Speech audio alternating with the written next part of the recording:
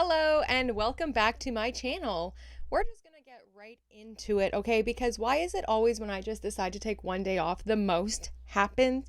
Okay, yesterday just chilling outside with my mom all day. Go to look at the court dockets. What is going on? So I have some good news, some bad news, and some fantastic news, and we're gonna get into all of it. Grab your emotional support lip gloss, girlies and boys, because let's just get right into it, okay? You are in frame with Mandy Magnan.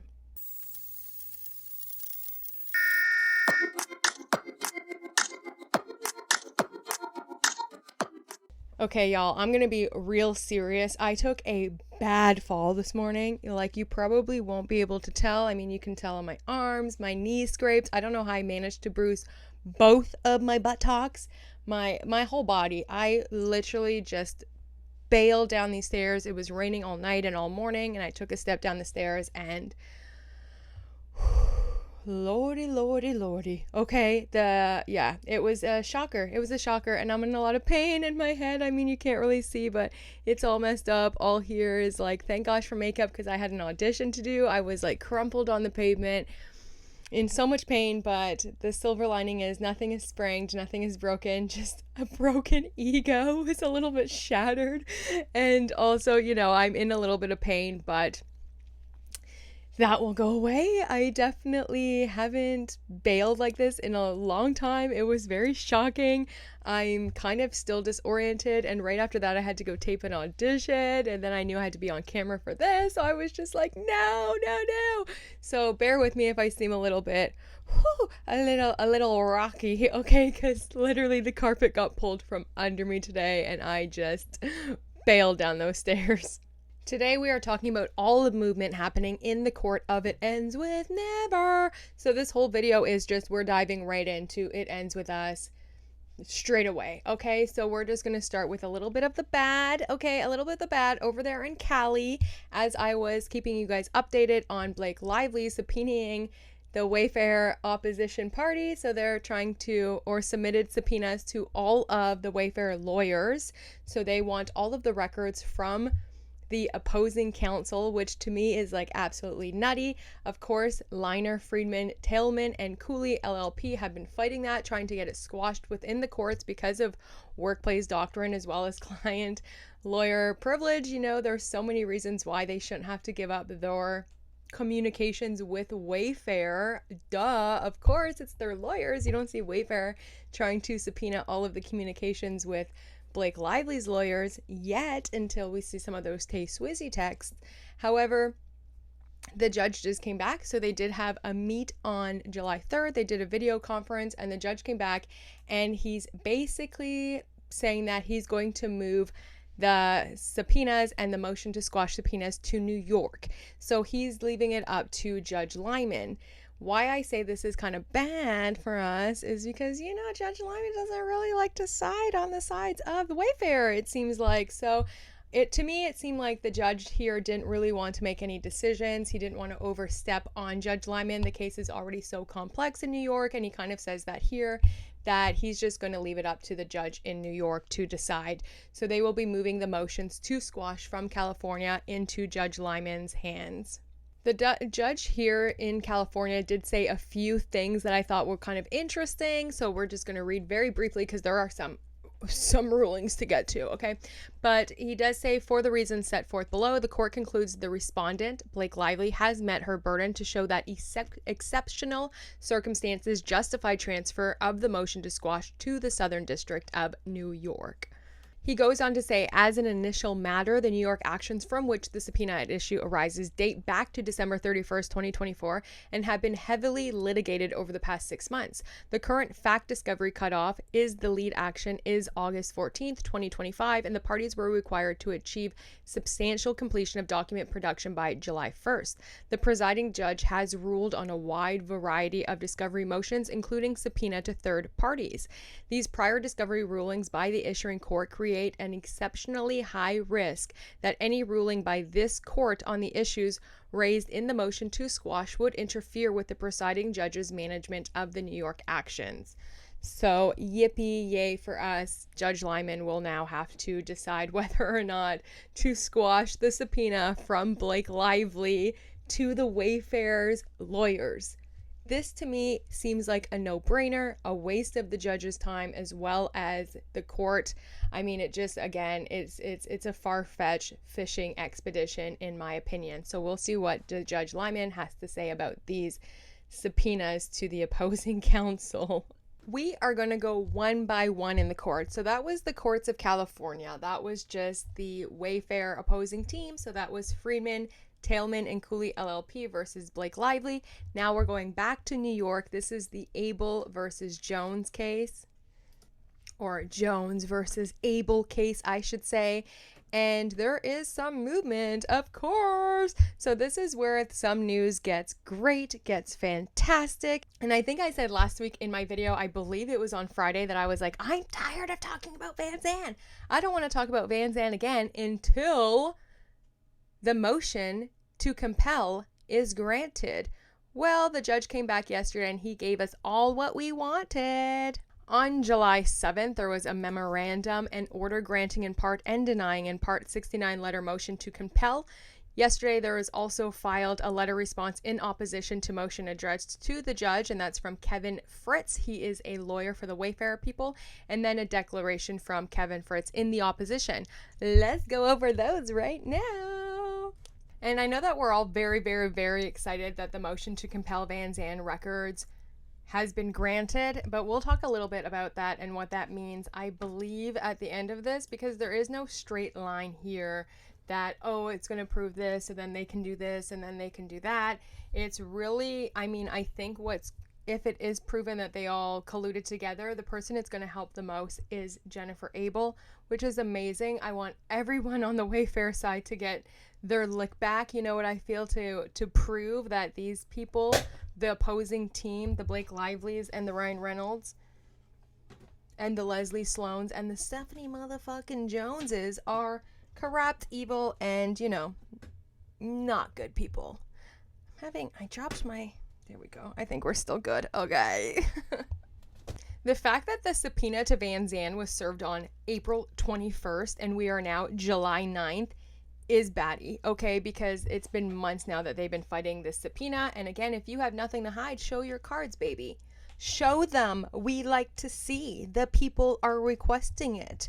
But they are asking specifically, and Abel has requested to compel the production of the following: a copy of Van Zandt subpoena served on plaintiff and counterclaim defendant Stephanie Jones in the Van Zandt action, the documents produced by Jones in response to the Van Zandt subpoena, communications between Van Zandt and Jones and or their respective counsel about the Van Zandt action, documents sufficient to show Van Zandt's organizational structure, and documents sufficient to identify Van Zandt's shareholders. The motion is denied as mute as to those requests. So the requests from 1, 4, 10, and 11 are mute because Van Zandt already said, yeah, we'll show you guys this, but we don't want to do request number 9. Why? That's so bizarre. Okay? If you have nothing to hide, show. Right? Why would you want to show all of the other stuff but not this one specific thing? Make it make sense. Request number 9 calls for communications between Van Zandt and or its counsel and Jones Works and or their counsel concerning the Van Zandt lawsuit.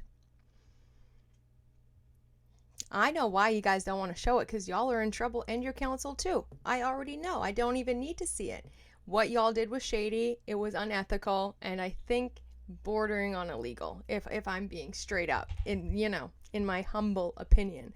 The motion to compel the documents responsive to request 9 is granted. That's a 3. That's a 3. Thank you so much. Whether the burden or expensive of the proposed discovery outweighs its likely benefit, the party seeking discovery bears the initial burden of proving the discovery is relevant. Once that party has shown relevance, it is up to the responding party to justify curtailing discovery. So they've proved that why this is relevant, and we all know why it's relevant. We've been here. We know what's going on. We know. So now the judge knows too, and he's like, okay, show them. Show your cards. Abel argues that the documents are relevant because they go to whether Jones and Lively conspired to obtain Abel's stolen information and sued the sham van suit lawsuit to provide a veneer of legitimacy for Jones's transfer of stolen information to Lively, and whether Jones provided data taken from Abel's stolen phone to Lively before service of the Van Zandt subpoena.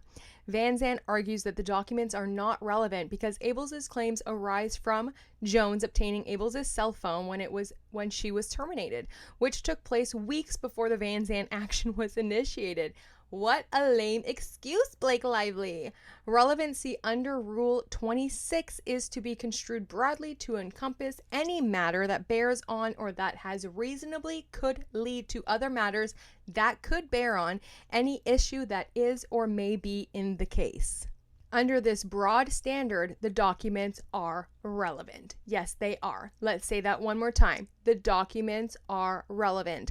Van Zandt is relevant, okay?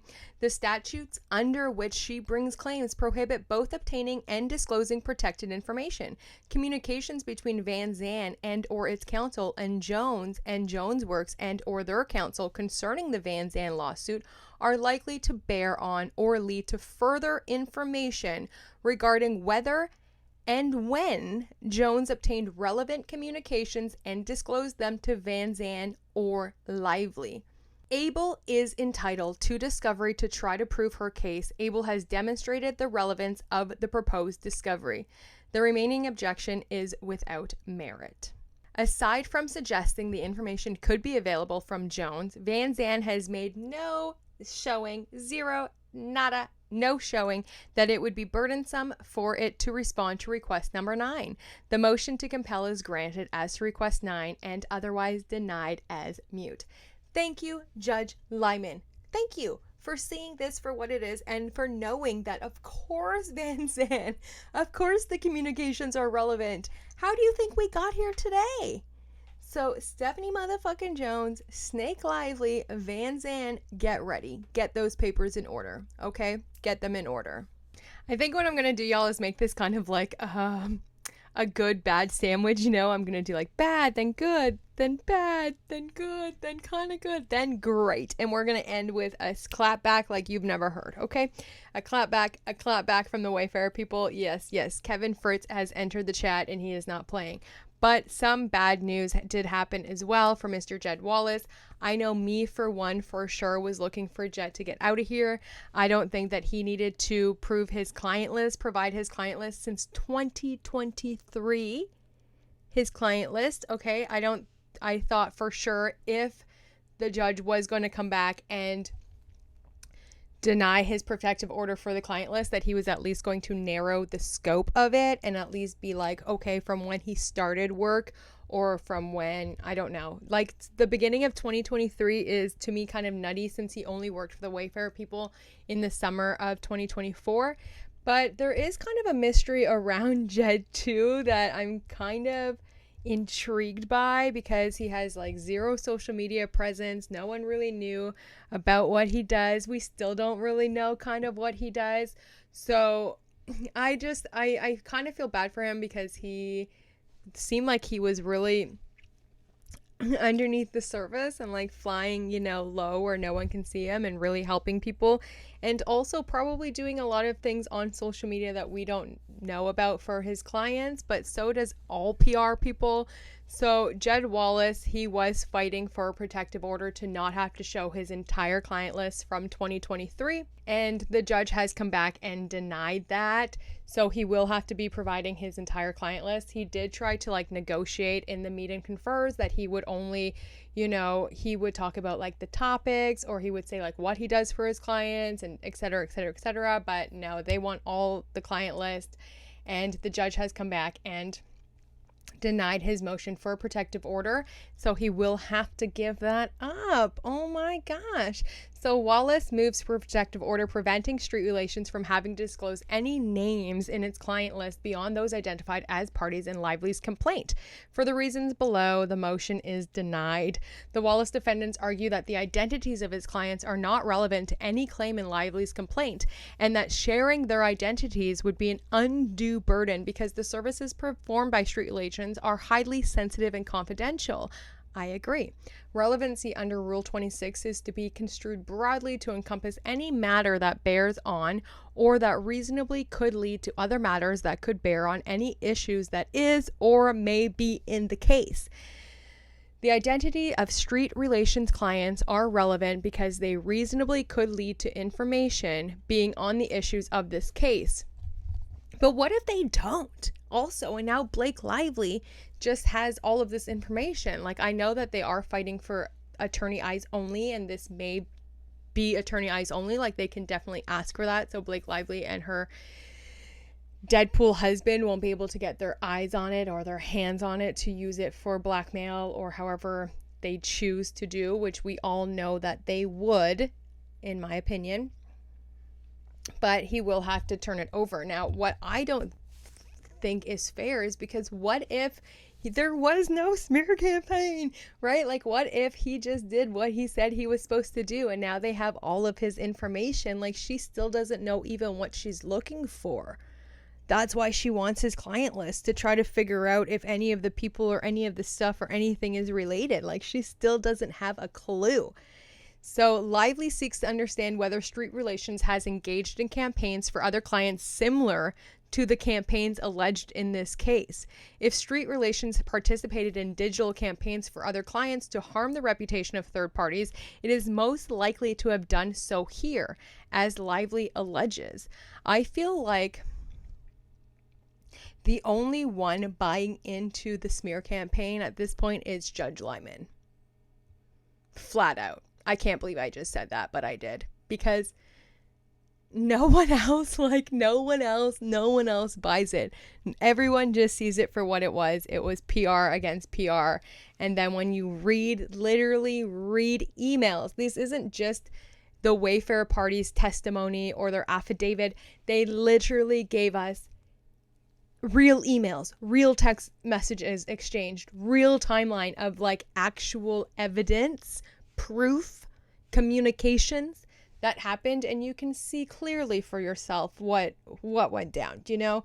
So I think he's literally the only one that thinks that Blake Lively, there was a smear campaign and smear campaigns happen, and, you know, from the sounds of it, like, if Street Relations has participated in digital campaigns for other clients to harm the reputations of third parties, it is most likely to have done so here, as Lively alleges. Give me a break. Street Relations represent that it will likely testify about the services it provided for its anonymous clients.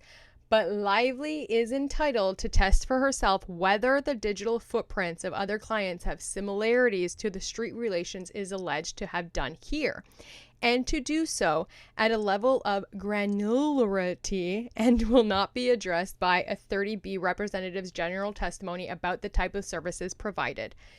The judge is saying point blank period, we don't care if you're willing to testify anonymously about your clients. No. Hand it over. Goes on to say that the fact that Street Relations client list is sensitive and confidential does not constitute an undue burden that would justify a protective order. The court has already entered a protective order in this case preventing the disclosure of confidential material. How did that work out last time with Blake and Jed? This is sufficient to account for Street Relations confidential interest here. For the motion for a protective order is denied. So Jed will have to turn that over. I think it's pretty common from what I heard and what I've read about proving client lists and having to show that they do have to show it. I just thought for sure that he was going to like narrow the scope, because I feel like showing a client list from 2.5 years is very like burdensome for Jed Wallace. And I don't know how much it's going to prove here, except to give the opposing party more bullets to shoot, you know? You feel me? Oh, but don't worry for Mr. Jed Wallace, because he is fighting hard to get dismissed. Now, you remember that the Judge Lyman offered Blake Lively to enter a two-page letter as to why Jed Wallace, number one, should not be dismissed due to jurisdiction as well as conspiracy. Well, Jed Wallace was also able to file his two-page letter, and he has responded back. We've already gone over Blake Lively's last week, so now this is Jed Wallace's, and he's not playing games. He's like, I am not part of a conspiracy. I am not in New York. I was only hired for 3 months to check social media. What the F-bomb is going on, okay? But this is what his 2-page letter response is. Jed Wallace and Street Relations respond to plaintiff's letter docket number 383 as follows. Legal standards. Under New York, a proponent must allege first that the defendant was part of a conspiracy involving overt acts in New York in which defendants joined and participated. A proponent must further establish 3 additional requirements: awareness, benefit, and direction or control. No plausible claim defendants joined and participated in the conspiracy. Wallace is the sole employee of Street, denied that he participated in a conspiracy, and testified that he had no knowledge of it. All but one of the New York acts Lively alleges occurred before early August 2024, when the defendants, according to Lively, joined the conspiracy. The other act concerns alleged press contacts by Nathan, but Lively does not indicate when her New York conspiracy acts, if any, occurred. And Wallace has testified that he always dealt with her in California and knew she represented a California client. Mere speculation and conjecture do not suffice to assert conspiracy jurisdiction. There is no allegation that the defendants knew about these prior New York events, knowledge of which they deny. New York meeting where Baldoni and Heath heard her complaints. The meeting is alleged to have occurred on January 4th, 2024, which was over 8 months before the defendant Jed Wallace first alleged involvement in early August of 2024. There is no allegations that Jed Wallace knew about it. There is not, nor could there be, a plausible allegation that Baldoni, Heath, or Wayfarer were committing an overt act in furtherance of any conspiracy while listening to Lively's complaints, which is all that is alleged. Right. So when were they committing this conspiracy? Was it starting all the way back after the January 4th meeting? No, because there is no conspiracy.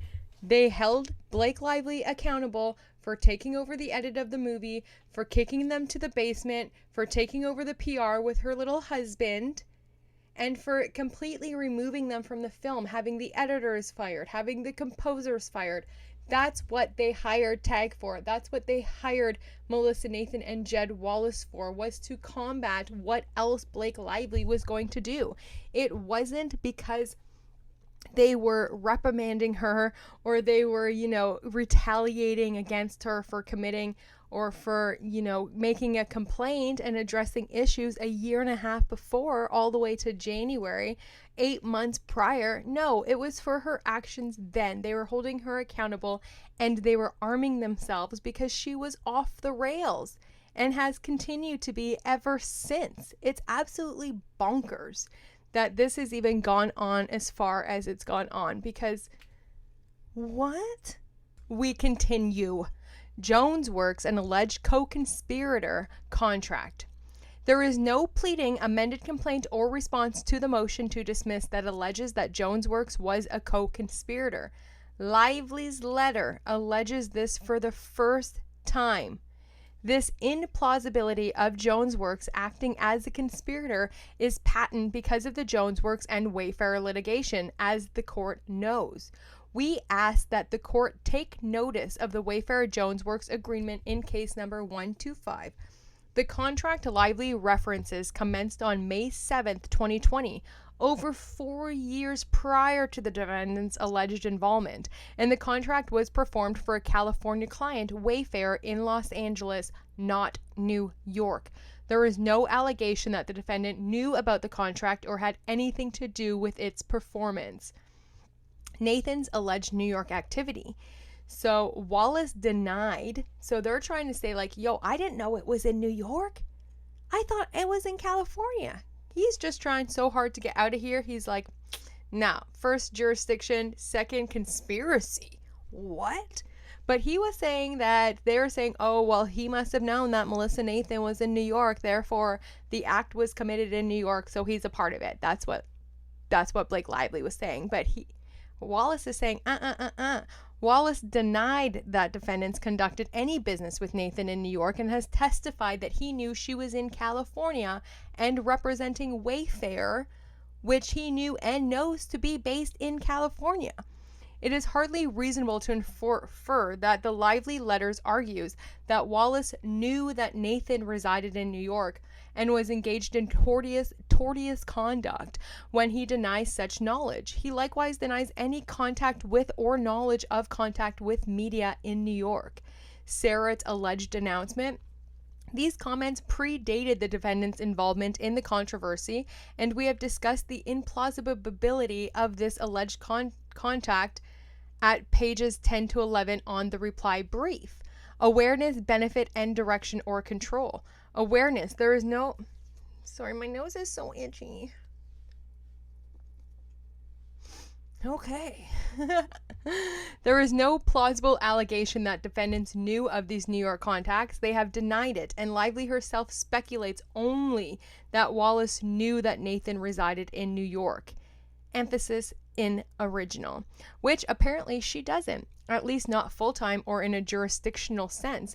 Lively's letter does not even speculate that Wallace knew about the other New York contacts. She lists 5 paragraphs from the amended complaint to support the claim that defendants knew that their co-conspirators included New York-based individuals and entities who were taking steps in New York to retaliate against Lively, but none stand for this propositions and in fact contradict it.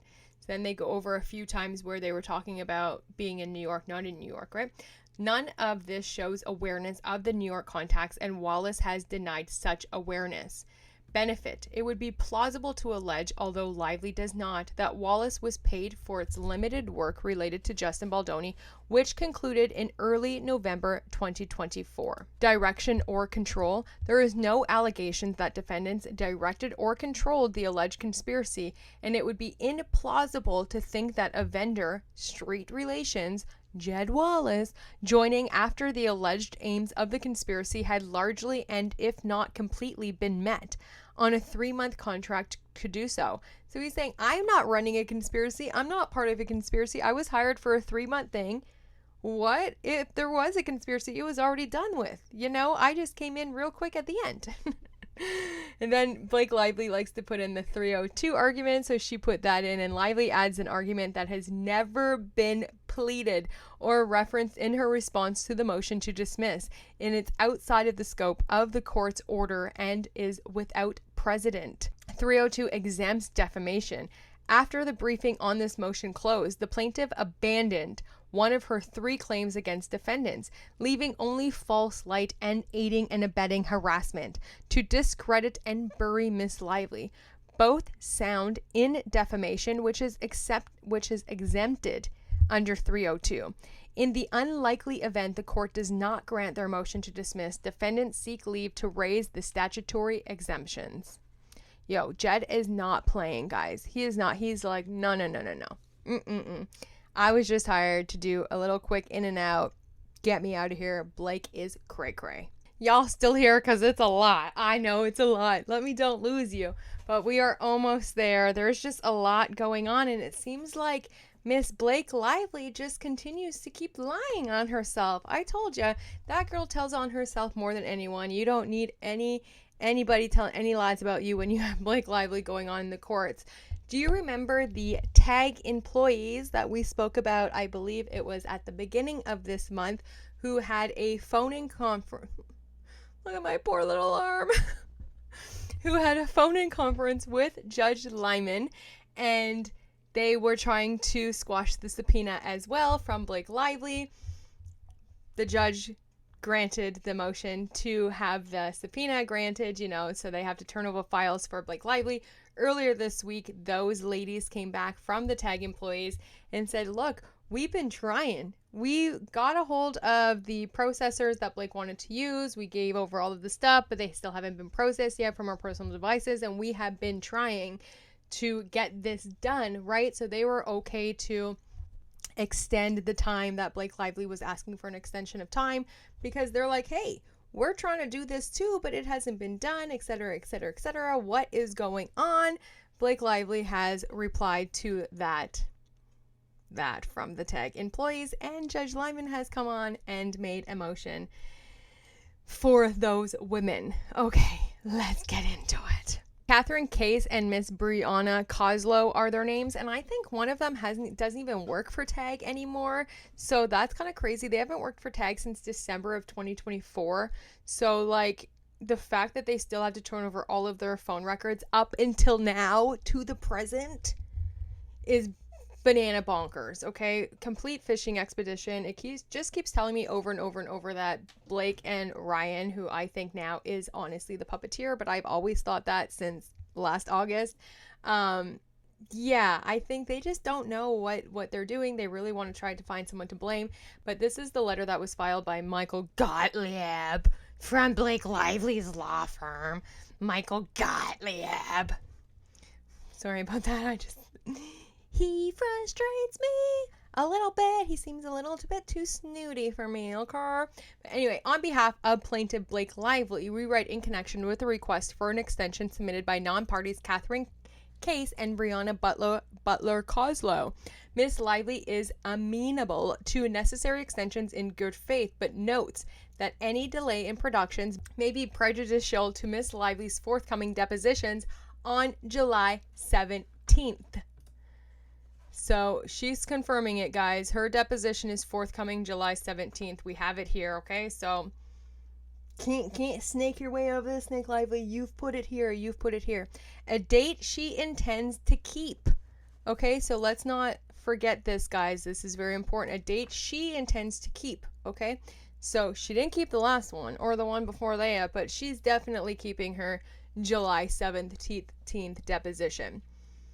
As of this evening, following a meet and confer this afternoon, counsel for Miss Case and Miss Coslow have agreed to interim or rolling productions prior to July 17th, in keeping with their earlier offer, with the understanding that all documents can be feasible and produced in good faith in advance of July 17th will be produced.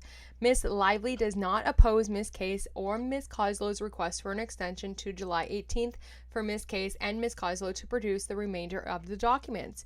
We further respectfully submit that this is just the latest example of a substantial and reoccurring pattern of delays in document production by both Wayfarer parties and their affiliate third-party witnesses in this case that necessitated the filing of the joint motion to extend the court's case management and scheduling order as filed on July 3rd, 2025, and which extension of the close of fact discovery on September 30th the Wayfarer parties do not oppose.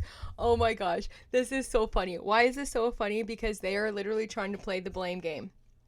Yeah, they're trying to say, this is just, look at how they wrote it. This is just the latest example of a reoccurring pattern of delays in document production. Y'all can't be really serious when we already know that you never gave anything over.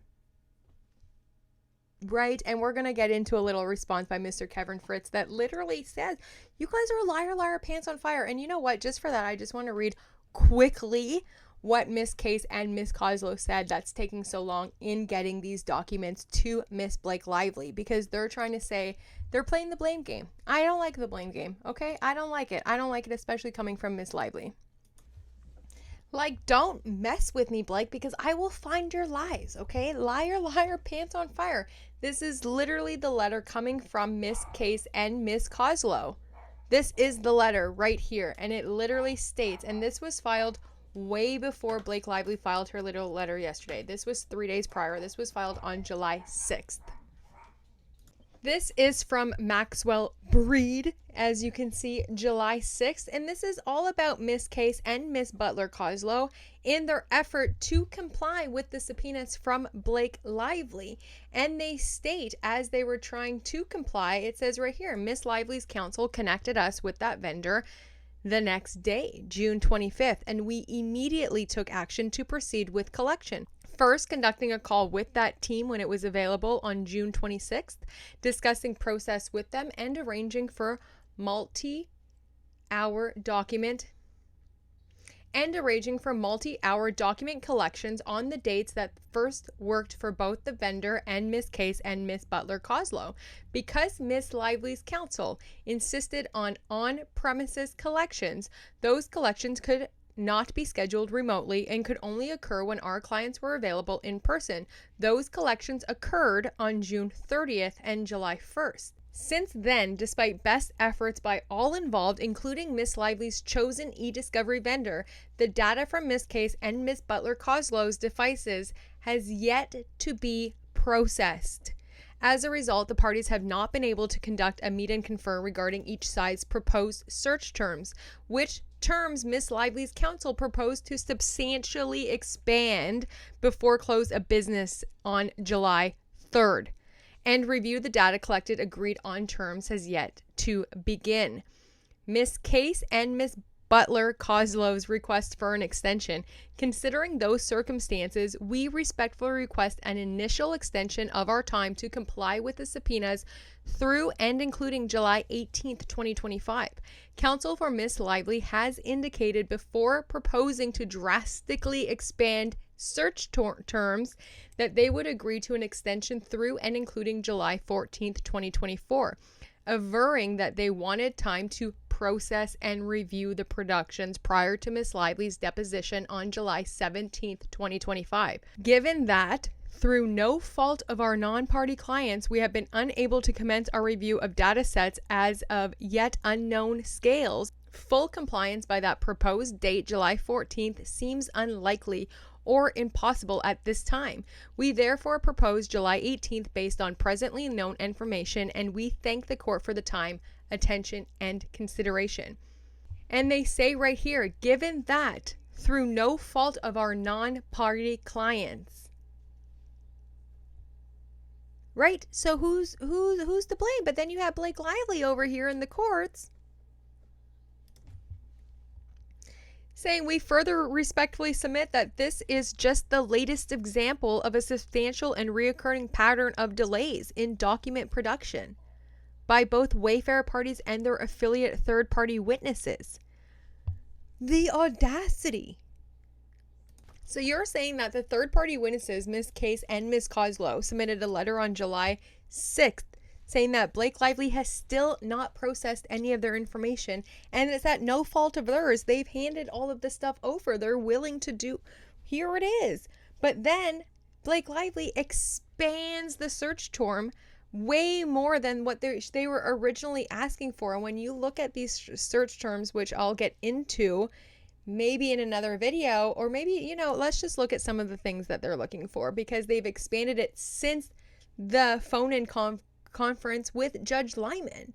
So it's like they're doing everything they can. So they submit this letter on July 6th saying, hey, we're trying to do everything we can, but Blake Lively's camp still hasn't processed any of our stuff. Therefore, we can't then go and do all of the meet and confers about the stuff that you found because they still haven't processed it. And now Blake Lively's coming back days later saying, oh, no. This is just another example of Wayfarer again. This is Wayfarer. Just looking at the email sent from this law firm to Blake Lively's law firm, who would want to ever communicate with these people? Like, honestly, it's so rude. So you have the first email here, and this was sent on Tuesday, June 24th at 5:02. Hi, y'all. Could you please put us in contact with your vendors so we can arrange for collection? Thank you. Then they get something back saying, hi, we are identifying the appropriate point of contact at our vendor, Lighthouse, and we'll circle back early tomorrow. The next day, they haven't received anything. They write, we still have not received a response on this. Still not receiving a response, they write, we trust that you will agree to extend our production deadline by 1 day for every day you delay our collection. The total is now 1. Thank you. Which makes sense, right? If you went through all of this stuff, even had us phone in with the judge, it was granted. We're here trying to give you the stuff. You're not telling us what to do, where to meet your vendors, how to do it. For every day that you delay us not being able to contact the vendor, then that should be a day extended from our deadline. That makes sense. But then the answer, and this is the answer I want y'all to see because it is just so spicy. It is just so rude. No decorum, just complete bitterness. It says this, okay? Hi, Max. As Michaela explained to you, you were connected with Lighthouse as soon as was feasible and We are not interacting with your independent project managers and team. However, we have emphasized and made clear the necessarily expeditious nature of this project. I presume you are in contact with your dedicated team and can do the same. If you wish to discuss intractable issues with timing, that would be appropriate only once those issues arise. I do not take your emails to be representing that July 7th is no longer feasible, nor does that premature assessment seem correct. We do not appreciate your demands or your tone, nor are we in a position to revise the court's order at this time.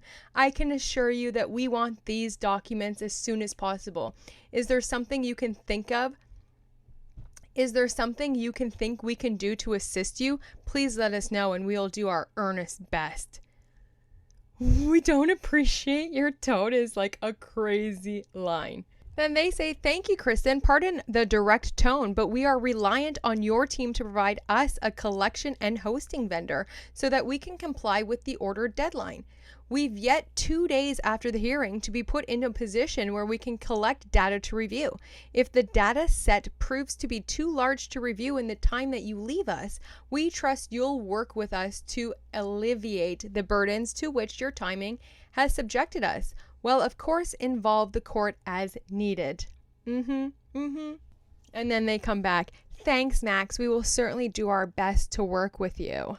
And then here they do say, like, following up on the below and keep you apprised, the request for on-premises collection is now contributing to additional delays, notwithstanding the continued efforts of both our clients and your vendor. So what's going on? We're trying to do this in good faith, but it's still not going. Like, it's still not working. And then on June 27th, Blake Lively's lawyers say, June 27th now, okay? So days after they met with the judge and was, granted this subpoena, they say next week, based on availability, next week. So whose fault is it that they need an extension because data wasn't being able to be collected?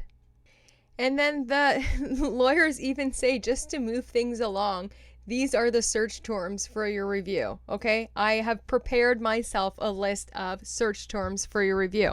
Then they write all of the search terms which they think, is just good enough, which it does seem like it hits all of the points. It gets all of Blake Lively. Then she says, thanks for the update. We'll be in touch. Okay, we'll circle back on the proposed terms ASAP tomorrow, which I understand is when processing may be completed. That was now July 2nd. Okay, so now we're looking at almost over a week later. And everything was supposed to be done, as we know, by somewhere around July 1st. And I think they got up until like July 6th or something. Then the lawyer again reaches out to them and says, I was wondering whether you had managed to come up with your own proposed search terms.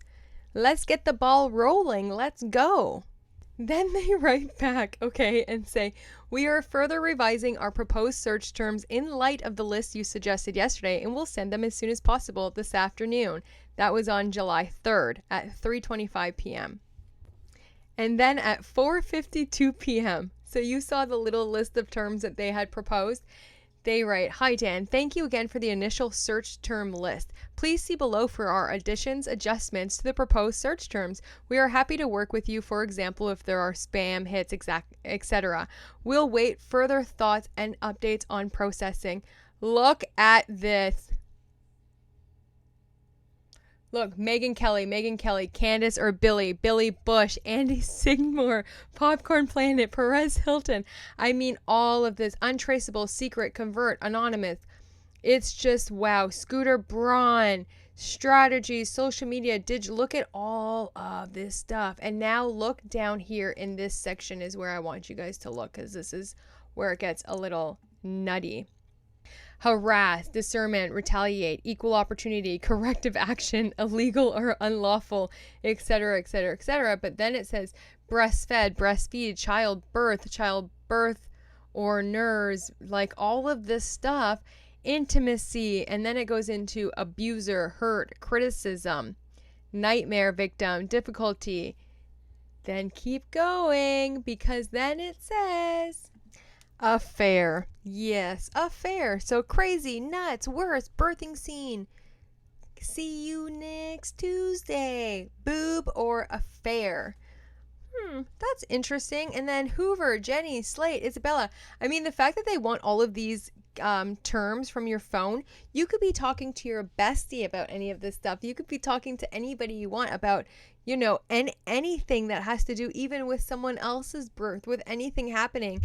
This is Delulu crazy. So they extend the search terms this much, and now they're going to the court saying, oh, it's Wayfarer's fault. This is just this is just another example of Wayfarer stalling. Girl, we have the emails. Hello, they dropped this first.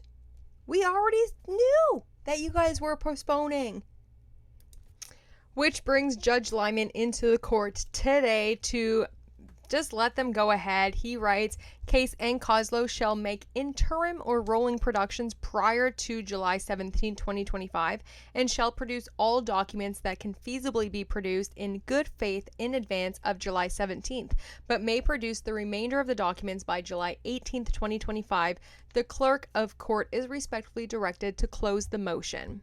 I'm just not sure which it is at this point, right? Because it's like you have one party saying they're doing everything they can to get this stuff to Blake, and then Blake's over here being like, oh, this is just another excuse from the Wayfarer people. You can't have it both ways, which brings me to our very last but best. Okay, let's get into it. And this is Mr. Kevin Fritz from the Wayfarer team. And he filed this in the Jones versus Abel, as well as the Lively versus Wayfarer. He did. Let's just quickly go over the declaration, and then we are going to read the entire letter, okay? Because it's just time. It's just time that someone snapped back, clapped back, and got their little kick in too, okay? Got their little lick back, okay? Because this stuff is unhinged. It's just like lies and lies and lies and gaslighting and manipulation and just like more lies that are just, what is going on? Pump the brakes, okay? Pump the brakes. This is a declaration of Kevin Fritz in partial opposition to motion to amend case management plan and scheduling order. As we remember, Blake Lively just a few days ago partnered up with Stephanie motherfucking Jones in order to get an extension of time, crying that the Wayfarer people pretty much gave them everything by the deadline, but it was last minute of the deadline, right? So they've been asking for it for weeks, and they chose to fulfill the request at the deadline, and that just doesn't work for Miss Lively. So she's going to need an extension, right? She claimed to have had 50,000 hours of watch time, which is nuts. I mean, there's tons of hours of watch time. I made a short film, and I think we had there was just so many. So, I mean, it's crazy how much you shoot. So there is, but 50,000 hours, girl. But anyway, she was crying a whole bunch of stuff, and she was basically just saying, like, I know the deadline was July 1st, but they gave it to us, like, right almost at midnight, and I can't process all of this, even though she was there, even though the harassment happened to her. You think you would know exactly when it happened, where it happened, and how it happened, and with whom. Okay, as someone who's been violated and harassed in a workplace, you don't forget. Okay, you don't forget. Okay, they could give me all of the hard drive and I'd be like, look at May 6th, 2 o'clock. Okay, look at this scene. This is when it happened in the birthing scene, the dance montage, the da-da-da, right? Like, Anyway, this is the declaration by Mr. Kevin Fritz. He's just saying that he's one of the lawyers of the Wayfarer people, This declaration is in partial opposition to Blake and the Jones parties, which is so funny that they're together since Blake Lively just called her a co-conspirator. We all know that they've been working and colluding together since the very start, okay? On June 4th, 2025, the Wayfarer parties duly served a notice of deposition upon Miss Lively, which noticed her deposition for June 23rd. A true and correct copy of the notice of deposition is attached. During a telephonic meet and confer and subsequently in writing, Miss Lively's counsel requested that the Wayfarer parties adjourn Miss Lively's deposition from June 23rd to July 17th. That's almost a month, guys, almost a month. The Wayfarer parties agreed.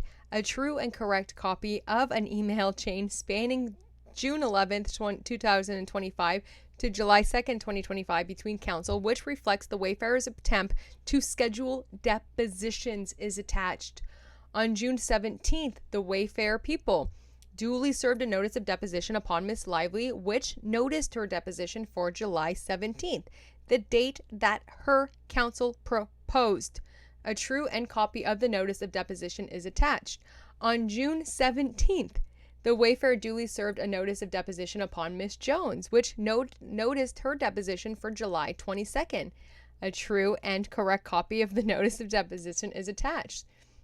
Therefore, the Jones party's counsel claim that they are not available to conduct Miss Jones's deposition on July 22nd.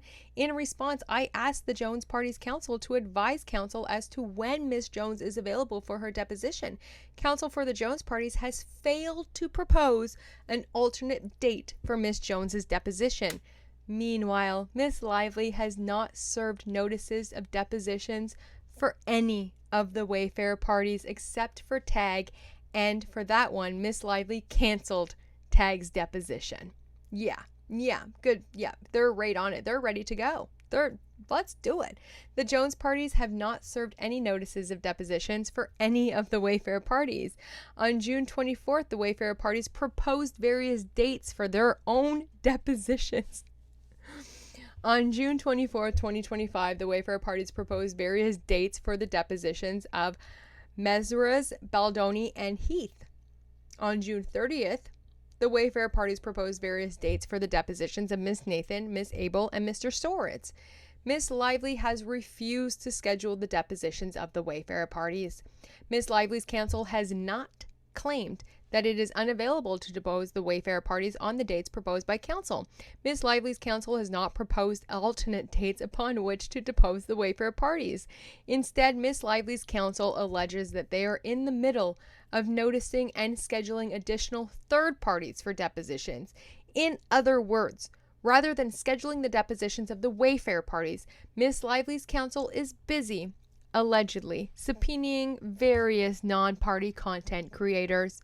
On July 2nd, 2025, and in accordance with Rule 4C of the individual practices, I met and conferred telephonically with counsel for Miss Lively and the Jones party about Miss Lively's request to extend the fact discovery deadline. During that call, and to foster the party's completion of fact discovery within the time set forth in the case plan, I suggested that the parties agree that deposition transcripts from the Lively case can be used in the Jones case and vice versa. Agree to an extension of the 7-hour limit on depositions, given that depositions will be used for both cases. If necessary, consider conducting 2 depositions on the same day. Neither counsel for Miss Lively nor counsel for the Jones party objected to those proposals or explained why they are unachievable. Miss Lively and the Jones parties refused to timely and properly schedule depositions has made the current deadline for the completion of depositions unattainable. So whose fault is it? They literally have receipts on receipts on receipts. They're not playing, Blake. You can't keep lying, okay? Can't keep lying. Therefore, the Wayfarer parties do not oppose the motion to the extent it seeks an extension of such deadlines to September 30th, 2025. However, the motion contains no legitimate basis to extend the deadline to document production to July 25th, 25. If requests for productions or interrogatories have heretofore been timely served, the receiving party should respond timely or object thereto as appropriate. To the extent that Miss Lively and or the Jones party alleges that the Wayfarer party's recent document production is deficient, Miss Lively and the Jones parties have not attempted to meet and confer in good faith or otherwise. With the Wayfarer parties as required in Rule 4C of the individual practices, the Wayfarer parties remain ready, willing, and able to resolve any purported issues with their document production.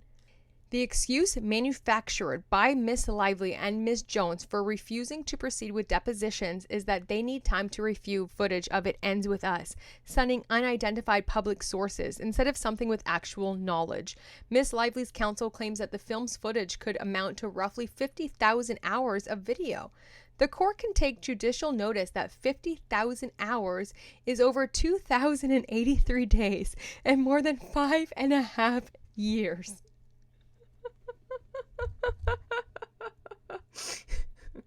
I'm so sorry. Hello, like, make it make sense. You can't just blurt out this huge number. Like, that doesn't make sense. They weren't shooting for that long. Like, what? That's the, you know. I am informed by the film's production personnel that the footage consists of less than 150 hours.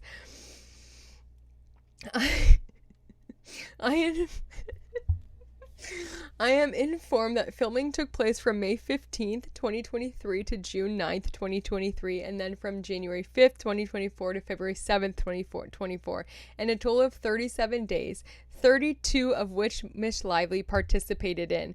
In any event, Miss Lively does not need to review the film footage. And just 32 days of which Miss Lively participated in, but only 16 of those days were in phase 1, where she said that she was being repeatedly violated and sexually harassed, because even in her own amended lawsuit, she says that everything was Gucci after the January 4th meeting. Everything was fine. Actually, on January 5th, she had her kids on set. So it must have been a really good meeting on January 4th. But anyway, in any event, Miss Lively does not need to review the film footage prior to her depositions, because she presumably knows when and how she was purportedly subjected to sexual harassment during filming, and in fact sets forth those alleged incidents in her detailed amended complaint. For good measure, it is undisputed that Miss Lively has seen the footage because she edited it.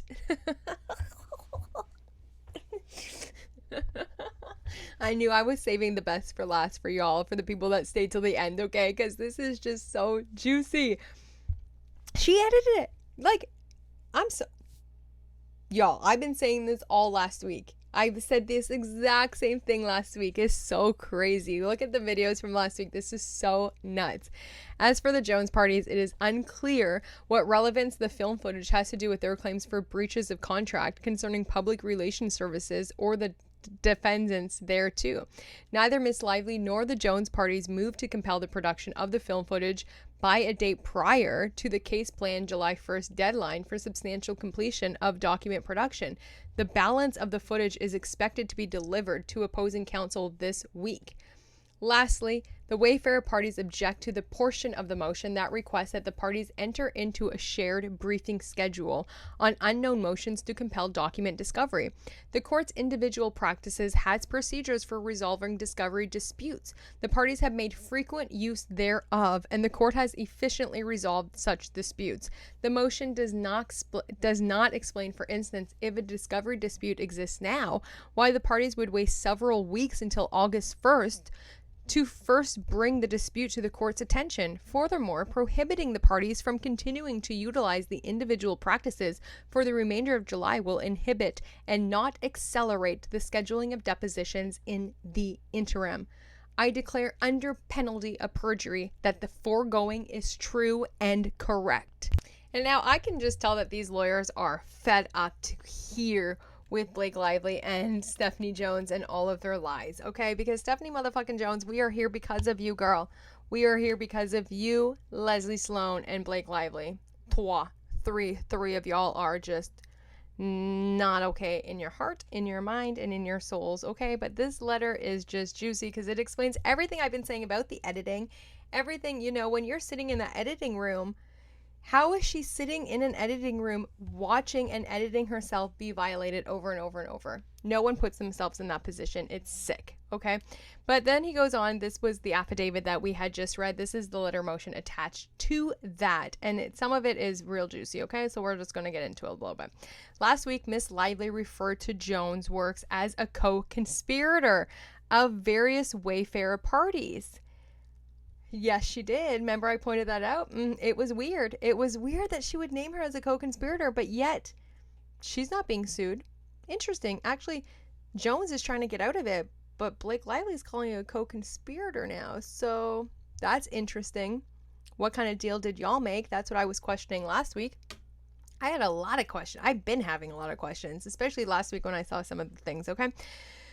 So then they say Miss Lively and Miss Jones, two alumni of the Van Zandt subpoena scheme, have apparently now realigned to jointly seek to delay their respective depositions. Federal Rules of Civil Procedure 16b provides that a schedule may be modified only for good cause and with the judge's consent. Miss Lively and the Jones parties have never exercised diligence in conducting discovery. Neither Miss Lively nor the Jones parties have been diligent in scheduling depositions. Miss Lively has not served notices of depositions for any of the Wayfarer parties except for Tag, and for that one, Miss Lively canceled Tag's depositions. Thus, the Wayfarer parties took the initiative and proposed various dates for their own depositions. So we know in Blake Lively's last letter, she was saying it's not fair because the Wayfarer people only gave us certain dates. It's by order. They want these only 2 dates. They didn't tell us why only these 2 dates work. We don't know what's going on. Blah, blah. They're saying, we gave you the dates because you never even scheduled anything yet. We're trying to get this ball rolling, the show on the road, okay? The show must go on, okay? We're going to court, baby, in March. Okay, so let's go. But it's funny where it comes from Blake, where she's like, they only gave us 2 dates. They don't want to be deposed. And it's like, you never even gave them no dates. Okay, let's start there. Nonetheless, Miss Lively's counsel has not confirmed those deposition dates, has not claimed that they are unavailable to conduct the depositions on those dates, and have not proposed alternate dates. If Miss Lively's counsel prefers other dates other than if Miss Lively's counsel prefers other dates for the Wayfarer party's depositions, they should, as requested of them more than once, identify such dates rather than uncooperatively complain that the Wayfarer parties have not explained their unavailability on other unspecified dates. Given that Miss Lively has failed to serve any deposition notices, she should not complain about the sequence of depositions from the Wayfarer. Thank you. As for Miss Jones, Stephanie motherfucking Jones, come to the front, please. As for you, Miss Jones, she was duly served with a notice of deposition, claims that she is unavailable on that date noticed, and refused to provide an alternative date. Nonetheless, because Miss Lively and the Jones parties' obstructive tactics have made the existing deadline for the completion of depositions, August 14th, unattainable, the Wayfarer parties have no objection to an extension of such deadline to September 30th, 2025. With respect to outstanding requests for production and interrogatories, the parties should respond and or object thereto. However, the Wayfarer parties object to an extension of the document production deadline to July 25th. The crew of the motion is that an extension of the fact discovery deadline in the case management plan and scheduling order is needed because Miss Lively and the Jones parties only recently received footage of It Ends With Us, the film, which notably Miss Lively credits herself as having edited and thus reviewed already. Snap it, snap it. Miss Lively herself acknowledges that she requested the footage on February 20th, which was over 3 months ago, weeks before she knew from the case plan that fact discovery and depositions were being completed by August 14th. Neither Miss Lively nor the Jones parties moved to compel the production of the film footage by a date prior to the case plan's July 1st deadline for substantial completion of document production. Hence, they apparently anticipated their purported need for the footage but failed to compel an early production thereof. Right, they've been planning this. They're reeling. They're planning for it. They're clawing at anything right now. There is no prejudice to Miss Lively in receiving the footage in the weeks before or even after her deposition. The footage is recordings of incidences where A, Miss Lively herself was present and thus she does not need the video to present her case, or B, she was not present and therefore such footage is irrelevant. Indeed, and although they have not done so. The Wayfarer parties would be justified in withholding the footage until after Miss Lively's deposition so that she cannot improperly tailor her deposition testimony to confirm thereto. Right. She wants to watch all the footage so that she can backtrack and lie and come up with new versions of the story, which she did after the dance montage was leaked. Remember when she first said there was no audio recorded? Yeah. Okay. And there was audio. So, but yeah. Liar, liar, pants on fire. They want to watch all of the footage so that she can then tailor her testimony to whatever she watches. It's so obvious. Regardless of Miss Lively's motivation for wanting the film footage, she admits she largely has it, citing unidentified public sources instead of someone with actual knowledge. Miss Lively's counsel claims that the film's footage could amount to, I gotta read this again because it is so funny. It's so funny. Miss Lively's counsel claims that the film's footage could amount to roughly 50,000 hours of video. The court can take judicial notice that 50,000 hours is over 2,083 days and more than 5.5 years. We understand that the footage consists of less than 150 hours. Not only does Miss Lively have plenty of time to review the footage prior to her July 17th deposition, she is already very familiar with it because she edited it. Yes, she did, and she was very proud of it. She edited it, so she doesn't need to rewatch it again. Editing entails watching and rewatching multiple takes on the same scenes, discerning which takes and scenes to use, noting timestamps, creating different versions with different music, colors, and sounds, etc. And as the lead actress, Miss Lively memorized the script and performed in all relevant footage. Remember when I was talking about the editing process, there's no way that someone who was this traumatized and claiming was repeatedly violated and sexually harassed forces themselves into the editing room where they need to watch it over and over and over. And just on one scene, guys, one scene, that could take days. You're trimming it and you're watching it from all angles and all different camera setups. Like, it takes forever. And 150 hours seems about right because a movie's 90 minutes? So that's 1.5 hours. So 150 hours, 50,000 hours is cray, okay?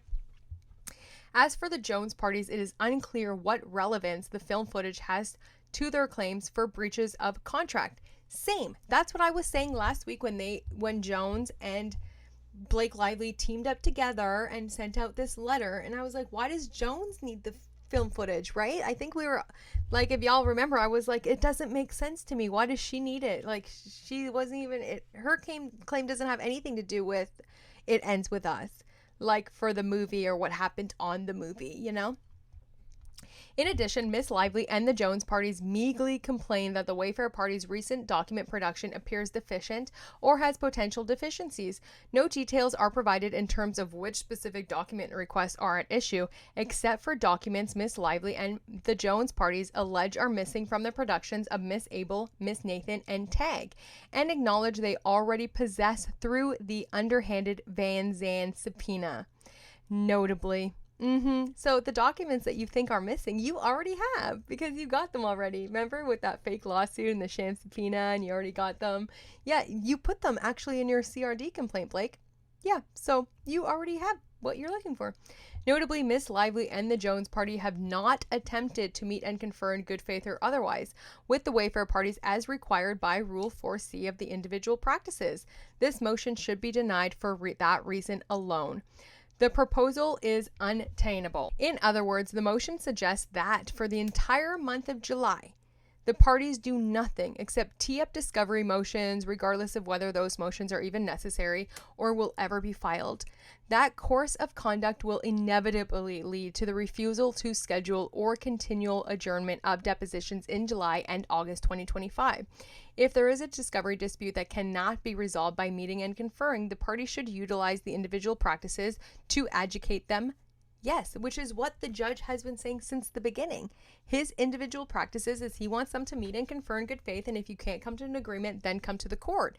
But Blakesky over here must have forgot that little thing. Accordingly, the motion should be denied except to the extent that it seeks to extend the deposition deadline to September 30th, 2025.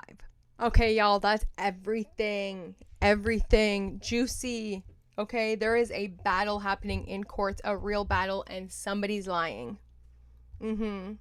Somebody's lying. Somebody who said they were ready to go. They're not afraid to get deposed. They are going to be there. They are ready. Really? Okay, we'll see. Anyway, that's it, y'all. I'm going to go ahead and go mend my head for a little bit because I am so beat up. It took, oh my gosh, you should see. I'm just so bruised everywhere. That fall was crazy. But it is what it is, nothing broke. You got to look at the silver linings. I don't know, that's pretty much all I have.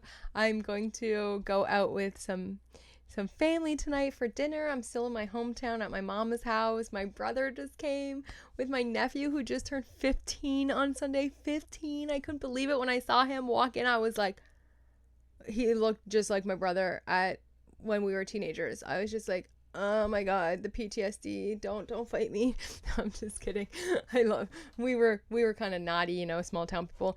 But yeah, it's been a great time here. I'm going to go and enjoy the rest of my evening and just have a good time. Thanks to everyone who, were asking me questions about my hometown and supporting me and liked kind of seeing it on the map. Just a small town girl who lives in a big city, But yeah, I'm going to go have a great time. And I think tomorrow I get to see my Ryle, which I'll tell you guys more about later. I'm not going to spill all the tea in one video, but pretty excited about that. And yeah, I'll let you know what else happens, but that is everything this week. Okay, I'm not going to wait till Friday if things drop tomorrow or the rest of the day. I will be here if things happen. If not, I will be here on Friday to fill y'all in. And on Fridays, we go over some of your comments. So drop your comments on this video and I will talk to you soon. I love you so much. I hope you're having a good day. Take care. Don't fall. Be safe, y'all. Be safe out there on them streets, okay? I love y'all. Talk to you soon. Bye.